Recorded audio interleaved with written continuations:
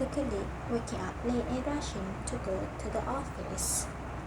She almost forget where she put her ID card to scan it before she can enter to the office.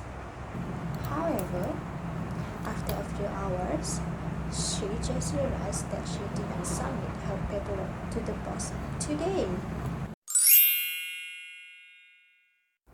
Meanwhile, the other colleague waking up early and come early to the office and ready to submit her paperwork to the boss.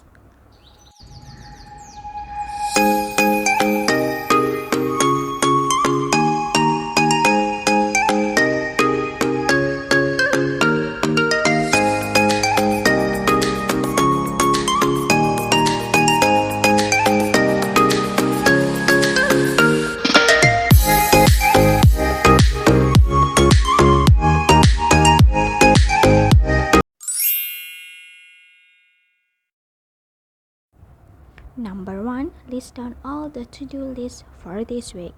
Make a list and prioritize the tasks at the top of your list. By keeping such a list, you make sure that your tasks are written down all in one place so you don't forget anything important. Don't procrastinate at work. Procrastination usually involves ignoring an unpleasant but likely more important task in favor of one that is more enjoyable or easier.